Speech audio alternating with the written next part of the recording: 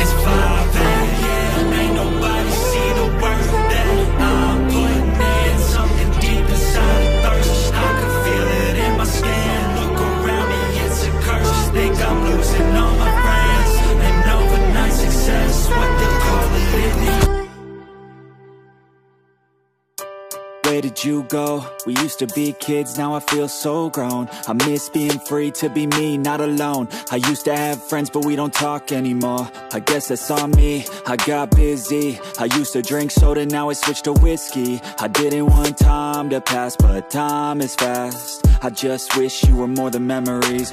I got kids now, but I'm a kid now. I haven't grown in my mind, just my skin now. I don't get taxes, I hate chores, I hate mail, bills, and miss the outdoors. I feel like the air used to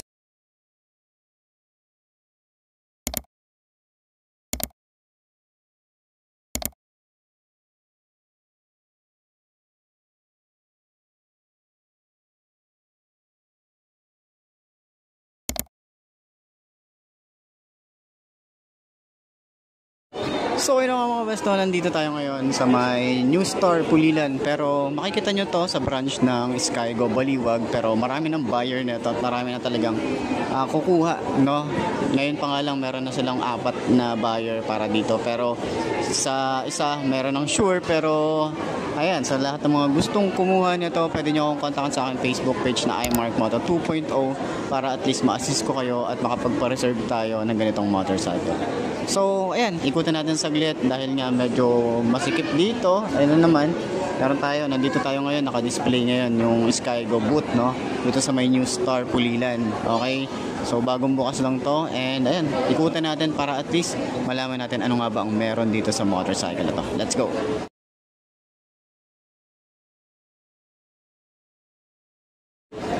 So, ayan, kita nyo naman.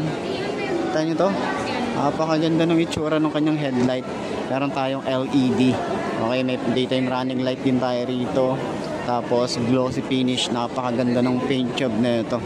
So yung signal light niya, ito yung signal light niya, bulb type. Meron din dito sa side na to. So ganyan ang itsura niya.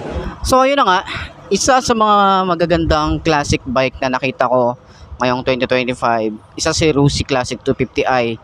Ang talagang poging-pogi ako, 'di ba?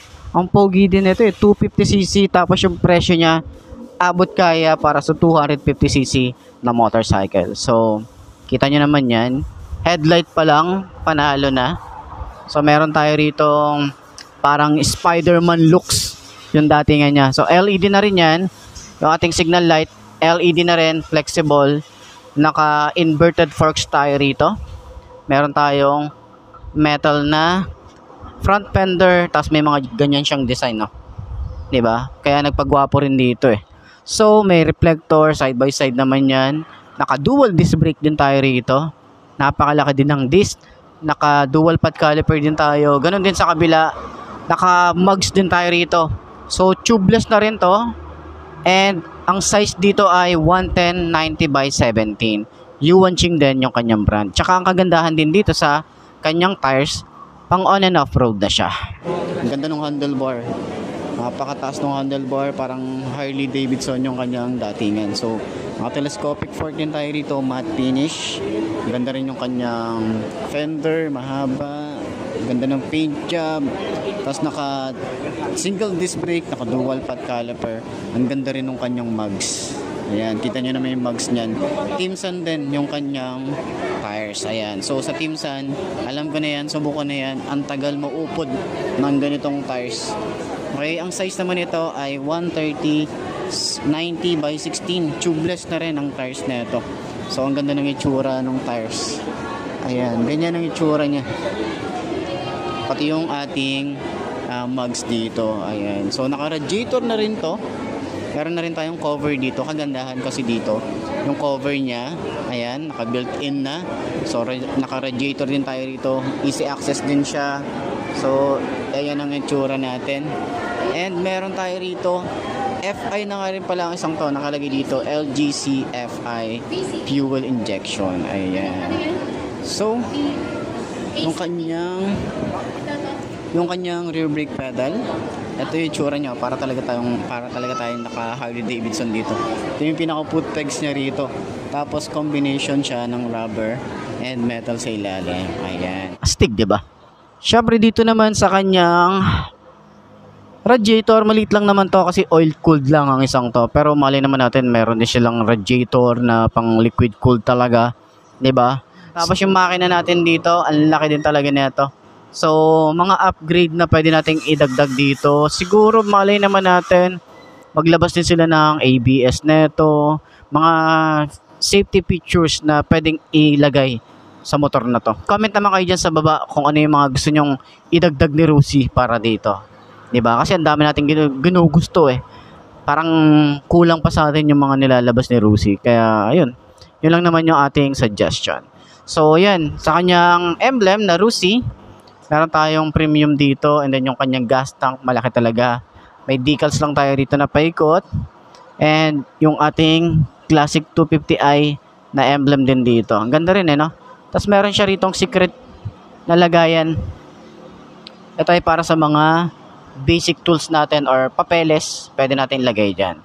Yan. So yung kanyang tambucho, malaki. Mahaba din, pero meron din tayo rito cover na metal naman yan. Ganda na exhaust niya. So ito yung makina, may Skygo tayo rito na naka-engrave. Yan, napakalaki ng makina niya. So mas mabigat to sa Tempest 250. So 200cc lang to. Pero napakabigat ng motorcycle na to. Pero napaka-forma, ang ganda talaga ng itsura. So dito sa side may ganito tayo, matte finish. Ganda ng itsura. No, ganda rin ng paint job. May Magnus tayo na emblem, Magnus 200. Ito. Dito nakaka-premium talaga yung datingan niya. Sa kanyang tambucho, ano naman to, no? Ayan no, ang laki ng tambucho niya. Kita nyo naman yan, may cover tayo rito na metal. Metal din to. Tapos, foot pegs para sa angkas. Hindi ko na-expect na ganito yung itsura nung ating foot pegs para sa OBR. Kanya to, parang ano lang siya, no? Sumasabay lang yung design dito. Tapos pag binaba mo, pak, ganyan ang itsura niya. Napaka-forma. Pero syempre, ingat tayo rito kasi nga, etong part na to, wala siyang cover. Okay? Pero ang isa sa mga nagustuhan ko rin dito, yung logo na to. Ang ganda ng itsura, para siyang Autobots. Okay, yung itsura or yung design. Yan. So, sa tambucho, ito yung itsura natin. Ganyan. Kita nyo naman yan. Meron din tayong cover dito. Ganda ng itsura, oh. Tapos, meron tayong dual shock. Okay. Adjustable. Swing arm naman. Napakaganda rin. Naka-drum brake tayo rito sa likod. Okay. Ang size nga pala dito ay 130/90/15. Tubeless na rin to. Ganda rin ng itsura. Foot pegs. Napi-flip naman yan. Combination ng rubber and metal. Yung kanyang rear brake pedal, smooth lang, pero mababaw lang to, oh. 'Di ba? Yun na agad 'yun. Tapos meron din tayong foot pegs dito, same lang yung design. Okay? Ito naman yung kanyang alloy, yung chassis niya, ganda ng mga pagkakahinang dito. Yan. So, dito naman sa likod, swing arm natin, naka-dual shock tayo rito na may baso. Ayan, na-adjust naman 'yan. So, kayo nang bahala magtansya or mag-balance na ito. And, naka-disc brake din tayo dito sa likod. Naka-single pad caliper din tayo at naka-mugs. So, tubeless na rin to at yung size nito sa likod ay 130/80/17. Ayan. So, pang on and off-road na rin yung kanyang tires. Meron din tayong bracket dito. Pwede tayo maglagay dito ng siguro top box. Pasadya tayo rito para at least dun sa mga biyahe natin na pang long ride, pwede kayo maglagay dito yung saddle bag, kabilaan or top box, depende, pero mas bagay sa kanya saddle bag, 'di ba, dito sa kabilaan. Tapos sa kanyang taillight is naka LED na rin tayo rito. Ganda rin ng design. So siguro tama na sa kanya yung laki niya, or siguro mas maliit kasing liit nito. Mas mabagay, 'di ba? Tapos yung signal light niya flexible din, LED rin. May reflector din tayo rito sa likod. Lagayan ng plate. Ayan. So meron tayong reflector sa side. Kagandahan dito kasi nga, syempre pag liliko tayo, makikita tayo dito, visible tayo rito. yung ating taillight. Ayan, LED, may plate light, signal light natin dito, naka bullet type tayo rito. Tapos yung kanyang bracket para sa kanyang template. Ayan, so tingnan nyo naman to, napakaganda nung kanyang handlebar. Meron na rin tayo rito na USB charging port. Ayan, so ilan to? Isang USB charging port, and then yung handlebar nya, makita nyo, pwede tayong mag-adjust dito. Depende sa trip natin kung anong i-adjust natin dito, kung gaano siya kababa at kung gaano din siya kataas. Ayan, so meron tayo rito sa mga switches na very looks premium yung datingan. Yung clutch nya, ito yung tsura. Ayan, smooth lang din. Yung yung grip nya, sobrang kapit ng grip na ito. Tsaka ang taba. Meron tayo rito flasher, high and low, signal light, busina. So ganyan, napaka premium ng datingan nya. Sa side naman, meron tayo rito adjustable din na ating lever. Same din yata dito. Hindi siya adjustable dito sa side, pero dito sa front brake, adjustable siya ng 1 to 4. Okay, so hazard switch, kill switch, park light, headlight. Ayan, yung throttle natin dito sobrang babaw din. And kagandahan, yung gas tank nga pala natin nandito sa side. Ito, tapos yung digital panel natin dito, meron tayong digital and analog din pala. So RPM, and then dito yung speedometer nya. So meron tayong adjust and rito, may pinipindot dito na dalawa. Ito yung datingan nya, napakaganda, napaka-premium. Tapos may Skygo tayo rito sa side. Okay, emblem. Upuan natin dito, ang lapad ng upuan. Saktong-sakto sa mga puwet natin dito. Tapos yung foam nya, sobrang lambot din, sobrang kapal din ang foam. Tsaka ang premium din nung ating leather dyan. So doon tayo sa side. Same din dito, naka dual shifter din tayo rito, dual head shifter. Ito yung datingan niya. Ayan, so ito naman yung itsura ng ating engine dito sa side. Ayan, so ang ganda nung pala, ito talaga yung yung Magnus. Ayan, yung kanyang logo, NBF na nakalagay dito. So siguro sila yung supplier na ito.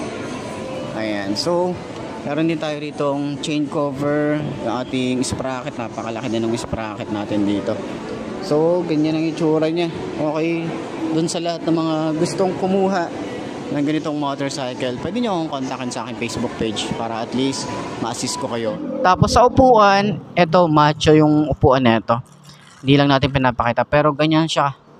Ganyan kapogi ang kanyang upuan. Ayan, kulay brown. Tapos may mga stitches na kulay brown.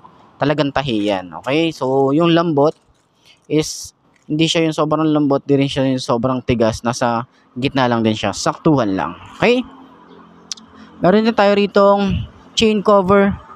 Ito ay metal din. So dito naman sa sprocket nya, ang size naman nito ay 4060. Ayan. So naka single head shifter din tayo rito, at yung kanyang gear indicator na 1 down, 5 up. So 6 speed ang isang to. So ito naman yung makina niya. Okay? Yan yung itsura ng ating makina rito. Ayan. So sa kanyang gas tank, yung ating cap, pang big bike yung datingan. Upright position, yung ating handlebar. Ganda rin ng finish. Paint job, ayos, goods. Okay, so naka round style tayo rito para sa kanyang panel gauge. Meron din tayo ritong ignition na simple lang, pati yung susi nya simple lang. Ayaw niya mag-focus. Ayan, simple lang. Switches nya halos same pa rin naman, ordinary plastic pa rin na ginagamit ni Rusi. Front brake, yung lever is malapad. Ayan, kita nyo naman. Meron tayong kill switch, park light, headlight, and off. Electric starter. Yung grip nya, maganda rin naman yung grip nya, tsaka makapit din, pero sobrang taba para sa akin. Medyo malalim nga lang yung isang to. Ayan. Dito naman sa side, clutch. Yung ating clutch lever, smooth lang din. Meron din tayong rubber na ganyan. Flasher, meron din tayo. High and low. Signal light. Busina. And then, hazard switch.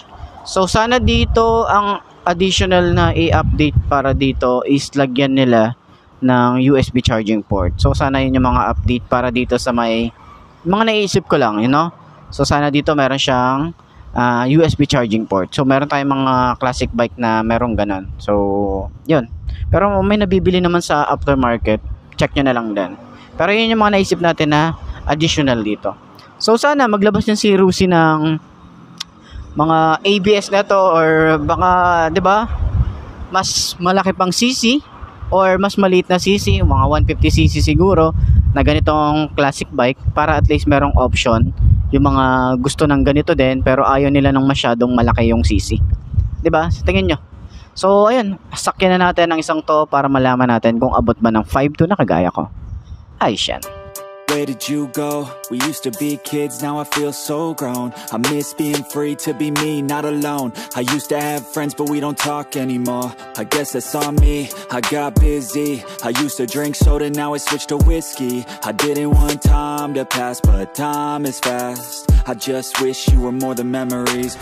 I got kids now, but I'm a kid now. I haven't grown in my mind, just my skin now. I don't get taxes, I hate chores, I hate mail, bills, and miss the outdoors. I feel like the air used to smell different. The grass was greener and the summers were for swimming. I used to play baseball every inning. Now I work for a living.